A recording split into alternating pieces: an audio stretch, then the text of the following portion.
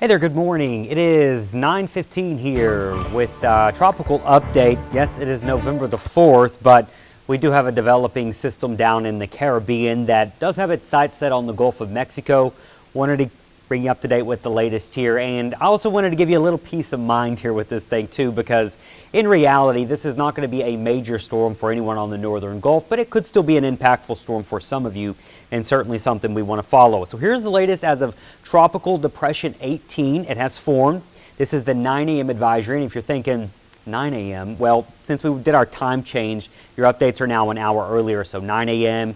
Instead of 10 a.m. and then 3 p.m. instead of 4 p.m. will be your big track updates and intensity. So the hurricane hunters are down there. They did find a depression. We do think this is going to become Rafael here in the next, well, probably at some point today it will get a name, and then it will be near Jamaica later tonight, near the Cayman Islands tomorrow, and eventually strengthening up to a hurricane as it moves closer to Cuba here Wednesday afternoon. We do think this will bring hurricane conditions to the western tip of Cuba, brushing the Havana area Wednesday afternoon, and then moving into the Gulf of Mexico as a hurricane. The track, you can see the cone does include New Orleans. It includes all of South Louisiana and South Mississippi.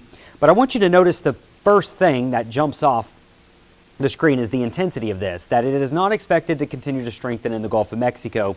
We do think this is probably going to look its healthiest in between Wednesday and Thursday.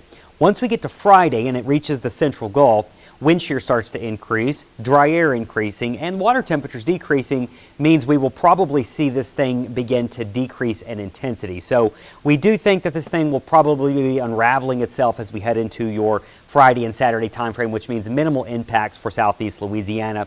Our tropical model is still all over the place as the storm is in its formative stages. The stronger the storm is as it enters the Gulf, the more likely we are to see it maybe get a little closer to us as a tropical storm. But if it enters the Gulf even weaker, then we don't have really any issues probably, and not much of an issue at all. So once again, our biggest thing we're going to be watching here is the weakening phase and how quickly it unravels itself. It could do it fairly quickly as we go into your Friday and Saturday, and that's thanks to wind shear, that's thanks to dry air, and that's thanks to lesser water temperatures in the 70s in the northern Gulf. So just wanted to give you a little bit of peace of mind here with what's going on out in the tropics. Of course, we'll have a full update for you coming in at noon.